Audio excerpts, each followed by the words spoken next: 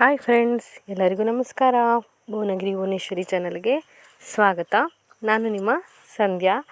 ಇವತ್ತು ಮಜ್ಜಿಗೆ ಸಾರು ಮಾಡೋಣ. ಒಂದು ಮೊಸರಿನ ಸಾರು. ಈ ಮೊಸರಿನ ಸಾರು ಮಾಡೋಕ್ಕೆ ಮಿಕ್ಸರ್ ಬೇಕಿಲ್ಲ, ತೆಂಗಿನಕಾಯಿ ಬೇಕಿಲ್ಲ. ತುಂಬ ಈಸಿಯಾಗಿ ಮನೆಯಲ್ಲಿ ಇರೋ ಐಟಮಲ್ಲಿ 10 ನಿಮಿಷದಲ್ಲಿ ಮಾಡ್ಕೋಬೋದು. ಇಲ್ಲ ಹೊರಗಡೆ ಹೋದಾಗ ಸಟ್ಪಟ್ ಅಂತ ಬಂದು ಹಸುವಾಗಿದೆ ಊಟ ಮಾಡಬೇಕು ಅಂದಾಗ ಅನ್ನ ಹಾಕಿಟ್ಕೊಂಡು 1 ಕಪ್ ಮೊಸರಿದ್ರೆ ಸಾಕು ಫ್ರೆಂಡ್ಸ್. ಈ ರಸಮ್ ಆರಾಮಾಗಿ ಮಾಡ್ಕೋಬೋದು ನೀವು. ಈ ರಸಮ್ ಮಾಡೋದಕ್ಕೆ ಯಾವುದೇ ಥರದ ರಸಮ್ ಪೌಡ್ರ್ ಅವಶ್ಯಕತೆ ಇಲ್ಲ, ತೆಂಗಿನಕಾಯಿ ಅವಶ್ಯಕತೆ ಇಲ್ಲ, ರುಬ್ಬೋದು ಬೇಡ. ಕರೆಂಟ್ ಹೋದಾಗಲೂ ನೀವು ಮಾಡ್ಕೋಬೋದು. ತುಂಬಾ ರುಚಿಯಾಗಿರುತ್ತೆ, ಜೊತೆಗೆ ತುಂಬಾ ಇಷ್ಟ ಕೂಡ ಆಗುತ್ತೆ. ಹಾಗಾದರೆ ಈ ರಸಮ್ ಹೇಗೆ ಮಾಡೋದು ಅಂತ ನೋಡೋಣ. ಅದಕ್ಕೂ ಮೊದಲು ನೀವು ಇದೇ ಫಸ್ಟ್ ಟೈಮ್ ನನ್ನ ಚಾನಲ್ನ ನೋಡ್ತಾ ಇದ್ದರೆ ಸಬ್ಸ್ಕ್ರೈಬ್ ಮಾಡ್ಕೊಳ್ಳಿ. ಹಾಗೆಯೇ ಪಕ್ಕದಲ್ಲಿರೋಂಥ ಬೆಲ್ಲೈಕನ್ನ ಕೂಡ ಒತ್ತಿ. ಅದರಲ್ಲಿ ಆಲ್ ಅನ್ನೋದನ್ನ ಒತ್ತಿದ್ರೆ ನಾನು ಹೊಸ ರೆಸಿಪಿ ಹಾಕಿದಾಗ ನಿಮಗೆ ನೋಟಿಫಿಕೇಷನ್ ಬರುತ್ತೆ. ಆಗ ಎಲ್ಲ ರೆಸಿಪಿಗಳನ್ನು ನೀವು ನಾನು ಹಾಕಿದ ತಕ್ಷಣವೇ ನೋಡ್ಬೋದು. ಹಾಗಾದರೆ ನೀವು ಸಬ್ಸ್ಕ್ರೈಬ್ ಮಾಡಿಕೊಂಡು ಪಕ್ಕದಲ್ಲೇ ಇರೋಂಥ ಬೆಲ್ಲೈಕನ್ನ ಒತ್ತಿರಲ್ವಾ. ನೀವು ಸಬ್ಸ್ಕ್ರೈಬ್ ಮಾಡ್ಕೊಳ್ಳೋದು ತುಂಬ ಮುಖ್ಯ ಇದೆ ಫ್ರೆಂಡ್ಸ್ ನನಗೆ. ಯಾಕೆ ಅಂದರೆ ನನಗೆ ಕೂಡ ಒಂದು ಮುಂದೆ ಹೊಸ ವಿಡಿಯೋ ಹಾಕೋದಕ್ಕೆ ಇನ್ಸ್ಪೈರ್ ಆಗುತ್ತೆ, ಜೊತೆಗೆ ಒಂದು ಮೋಟಿವೇಶನ್ ಸಿಗುತ್ತೆ. ಹಾಗಾಗಿ ಪ್ಲೀಸ್ ಎಲ್ಲರೂ ಸಬ್ಸ್ಕ್ರೈಬ್ ಮಾಡ್ಕೋತೀರಲ್ವಾ. ಹಾಗೆ ನಿಮಗೆ ಏನಾದರೂ ಅನಿಸಿಕೆ ಅಭಿಪ್ರಾಯ ಇದ್ದರೆ ಕಮೆಂಟ್ ಮಾಡಿ, ಜೊತೆಗೆ ಲೈಕ್ ಕೂಡ ಮಾಡಿ. ರಸಮ್ ಇಷ್ಟ ಆದರೆ ಲೈಕ್ ಮಾಡಿ. 10 ನಿಮಿಷದಲ್ಲಿ ಮಾಡ್ಕೋಬೋದು. ಹಾಗಾದರೆ ಹೇಗೆ ಮಾಡ್ಕೊಳ್ಳೋದು ಅಂತ ನೋಡೋಣ. ಫಸ್ಟಿಗೆ ಇದಕ್ಕೇನೆಲ್ಲ ಬೇಕು ಅಂತ ನೋಡೋಣ. ಹಸಿಮೆಣಸು, ಕರಿಬೇವು, ಈರುಳ್ಳಿ, ಹಾಗೆ ಕೊತ್ತಂಬರಿ ಸೊಪ್ಪು, ಶುಂಠಿ, ಅರಿಶಿಣ, ಬೆಳ್ಳುಳ್ಳಿ, ಟೊಮ್ಯಾಟೊ ಇಷ್ಟು ಬೇಕು ಫ್ರೆಂಡ್ಸ್. ಸ್ವಲ್ಪ ಎಣ್ಣೆ ಬೇಕು, ಜೀರಿಗೆ ಮತ್ತು ಸಾಸಿವೆ ಬೇಕು, ಮೊಸರು ಸ್ವಲ್ಪ ಕಡ್ದು ಇಟ್ಕೊಂಡಿದ್ದೀನಿ, ಅಂದರೆ ಒಂದು ಚೂರು ಕಡ್ದಂಗೆ ಮಾಡಿ ಇಟ್ಕೊಂಡಿದ್ದೀನಿ ಮಜ್ಜಿಗೆ ಥರ.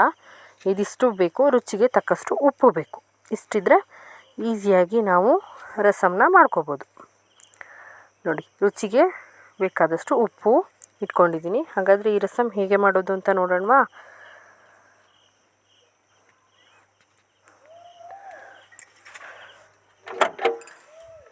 ಒಂದು ಗ್ಯಾಸ್ ಮೇಲೆ ಪ್ಯಾನ್ ಇಟ್ಕೊಂಡಿದ್ದೀನಿ. ಹಾಗೆ ಸ್ವಲ್ಪ ಎಣ್ಣೆನ ಕೂಡ ಹಾಕ್ಕೊಂಡಿದ್ದೀನಿ.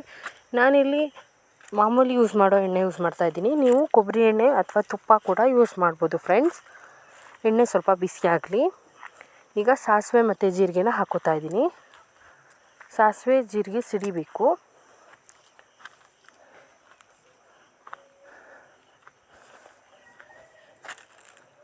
ನೋಡಿ, ಸಿಡಿಯೋದಕ್ಕೆ ಶುರುವಾಗಿದೆ. ಈಗ ಇದಕ್ಕೆ ನಾನು ಕರಿಬೇವನ್ನು ಹಾಕ್ಕೊಂಡಿದ್ದೀನಿ. ಕರಿಬೇವು ಸ್ವಲ್ಪ ಹುರಿತಾ ಇದೆ.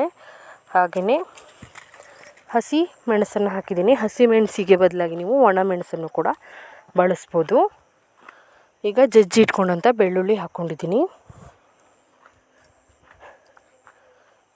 ನೀವು ಇದಕ್ಕೆ ಶುಂಠಿ ಬೆಳ್ಳುಳ್ಳಿ ಪೇಸ್ಟ್ ಕೂಡ ಆ್ಯಡ್ ಮಾಡ್ಬೋದು, ಆದರೆ ನೀವು ಬೆಳ್ಳುಳ್ಳಿನ ಜಜ್ಜಿ ಹಾಕಿದ್ರೆ ಒಂದು ಒಳ್ಳೆ ಟೇಸ್ಟ್ ಕೊಡುತ್ತೆ. ಇದನ್ನು ಚೆನ್ನಾಗಿ ಫ್ರೈ ಮಾಡ್ಕೊಳ್ಳೋಣ.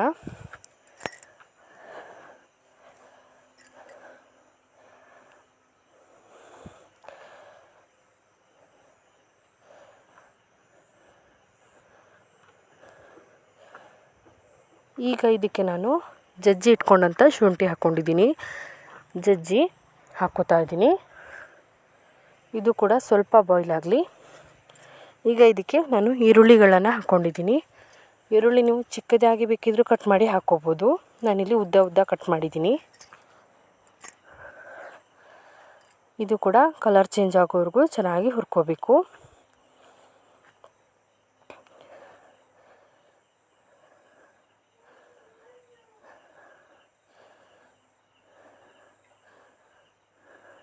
ಫ್ರೆಂಡ್ಸ್, ಇದೇ ಥರ ಇನ್ನೊಂದು ಈಸಿ ರಸಮ್ ಕೂಡ ಹಾಕಿದ್ದೀನಿ, ಹುಣಸೆ ಹಣ್ಣಿಂದು. ಯಾರೆಲ್ಲ ನೋಡಿಲ್ಲ ನನ್ನ ಚಾನಲಲ್ಲಿರುತ್ತೆ, ಮಿಸ್ ಮಾಡದೆ ನೋಡಿ ಆಯಿತಾ. ಹಾಗೆ ಟೊಮ್ಯಾಟೊ ಹಾಕ್ಕೊಂಡಿದ್ದೀನಿ. ಹಾಕ್ಕೊಂಡು ಒಂದು ಸಲ ಚೆನ್ನಾಗಿ ಮಿಕ್ಸ್ ಮಾಡಿ ಚೆನ್ನಾಗಿ ಹುರ್ಕೊಳ್ಳೋಣ. ಈಗ ರುಚಿಗೆ ತಕ್ಕಷ್ಟು ಉಪ್ಪು ಹಾಕೋತಾ ಇದ್ದೀನಿ.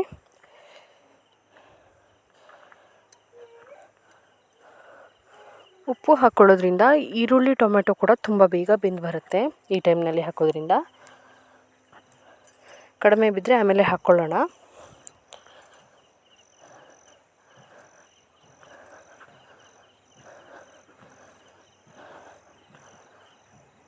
ಚೆನ್ನಾಗಿ ಫ್ರೈ ಮಾಡ್ಕೊಳ್ಳಿ.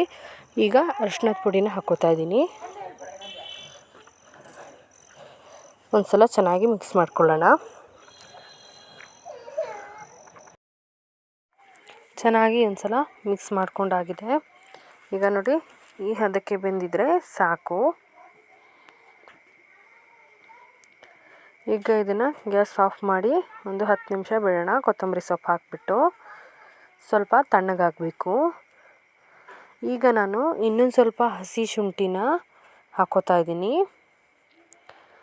ನಾವಾಗಲೇ ಫ್ರೈ ಮಾಡೋಕ್ಕೂ ಕೂಡ ಹಾಕಿದ್ವಿ. ಈಗ ಇನ್ನೊಂದು ಸ್ವಲ್ಪ ಹಾಕಿ ನಾನು ಮಿಕ್ಸ್ ಮಾಡಿಬಿಟ್ಟು ಇಟ್ಕೊಂಡಿದ್ದೀನಿ. ಗ್ಯಾಸ್ ಆಫ್ ಮಾಡಿಬಿಟ್ಟು ಹಸಿ ಶುಂಠಿ ಹಾಕ್ಕೊಳ್ಳಿ. ಈಗ ಪೂರ್ತಿಯಾಗಿ ತಣ್ಣಗಾಗಿದೆ ನೋಡಿ. ಈ ಥರ ಚೆನ್ನಾಗಿ ಅದು ರಸ ಬಿಡೋ ಥರ ಗಿವ್ಚ್ಕೋಬೇಕು ನೋಡಿ. ಈ ಥರ ಚೆನ್ನಾಗಿ ಗುಜ್ಕೊಳ್ಳಿ. ಈಗ ಬೇಕಿದ್ರೆ ನಿಮಗೆ ಇಷ್ಟ ಇದ್ದರೆ 1 ಸ್ಪೂನ್ ಆಗೋಷ್ಟು ಸಕ್ಕರೆ ಅಥವಾ ಬೆಲ್ಲನ ಮಿಕ್ಸ್ ಮಾಡ್ಕೋಬೋದು. ಸ್ವೀಟ್ ಅನಿಸುತ್ತೆ, ಆಗ ಸ್ವೀಟ್ ಬರುತ್ತೆ. ಮಜ್ಜಿಗೆ ಆಲ್ರೆಡಿ ನಾವು ಸ್ವಲ್ಪ ಇದು ಮಾಡಿಟ್ಟಿದ್ವಲ್ವ ಕಡೆದು, ಅದಕ್ಕೆ ನಾನು ಪೂರ್ತಿಯಾಗಿ ಈಗ ಹಾಕೋತೀನಿ ಗಿವ್ಚ್ಬಿಟ್ಟು ನೋಡಿ. ಈಗ ಹಾಕ್ಕೊಂಡಿದ್ದೀನಿ. ಈಗ ಒಂಚೂರು ಮಜ್ಜಿಗೆನ ನಾವು ಫ್ರೈ ಮಾಡಿದ್ವಲ್ಲ ಅದೇ ಪ್ಯಾನಿಗೆ ಹಾಕಿ ಒಂದು ಸಲ ಚೆನ್ನಾಗಿ ಹೀಗೆ ಮಿಕ್ಸ್ ಮಾಡಿಕೊಂಡು ಈ ಥರ ಮಿಕ್ಸ್ ಮಾಡಿಕೊಂಡು ಈಗ ಅದನ್ನ ಹಾಕ್ಕೋತೀನಿ. ನೆನಪಿರಲಿ ಫ್ರೆಂಡ್ಸ್, ಇದು ಬಿಸಿ ಇದ್ದಾಗಲೇ ಹಾಕ್ಕೋಬಾರ್ದು, ಸ್ವಲ್ಪ ತಣ್ಣಗಾಗಬೇಕು ನೋಡಿ. ಈಗ ನಮ್ಮ ಎಮರ್ಜೆನ್ಸಿಯಾಗಿ ಮಾಡ್ಕೋಬೋದಂತ ಮಜ್ಜಿಗೆ ಸಾರು ರೆಡಿಯಾಗಿದೆ. ಇದನ್ನು ಊಟಕ್ಕೆ ಮಾತ್ರ ಅಲ್ಲ ಫ್ರೆಂಡ್ಸ್, ನೀವು ಹೀಗೆ ಬಿಸಿಲಲ್ಲಿ ಕುಡಿಯೋದಕ್ಕೆ ಜ್ಯೂಸ್ ಥರ ಕೂಡ ಯೂಸ್ ಮಾಡ್ಬೋದು. ಆರೋಗ್ಯಕ್ಕೂ ಕೂಡ ತುಂಬ ಒಳ್ಳೆಯದು ಮಜ್ಜಿಗೆ ಯೂಸ್ ಮಾಡೋದ್ರಿಂದ. ಜೊತೆಗೆ ಟೇಸ್ಟ್ ಕೂಡ ತುಂಬಾ ಚೆನ್ನಾಗಿರುತ್ತೆ. ಒಂದು ತುತ್ತು ತಿನ್ನೋರು 4 ತುತ್ತು ತಿಂತಾರೆ, ಅಷ್ಟು ಚೆನ್ನಾಗಿರುತ್ತೆ ಟೇಸ್ಟ್. ರಿಯಲಿ ನಿಮಗೆ ಇಷ್ಟ ಆಗುತ್ತೆ ಅನ್ಕೋತೀನಿ. ಇಷ್ಟ ಆದರೆ ಮಿಸ್ ಮಾಡದೆ ಲೈಕ್ ಮಾಡಿ. ಹಾಗೆಯೇ ಇದೇ ಫಸ್ಟ್ ಟೈಮ್ ನೀವು ನನ್ನ ಚಾನಲ್ನ ನೋಡ್ತಾ ಇದ್ದರೆ ಸಬ್ಸ್ಕ್ರೈಬ್ ಮಾಡ್ಕೊಳ್ಳಿ. ಹಾಗೆ ಪಕ್ಕದಲ್ಲಿರುವಂಥ ಬೆಲ್ಲೈಕನ್ನು ಕೂಡ ಒತ್ತಿ. ಜೊತೆಗೆ ಅದರಲ್ಲಿ ಆಲ್ ಅನ್ನೋದನ್ನ ಒತ್ತೋದ್ರಿಂದ ನಾನು ಹೊಸ ರೆಸಿಪಿ ವಿಡಿಯೋ ಹಾಕಿದಾಗ ನಿಮಗೆ ನೋಟಿಫಿಕೇಷನ್ ಬರುತ್ತೆ.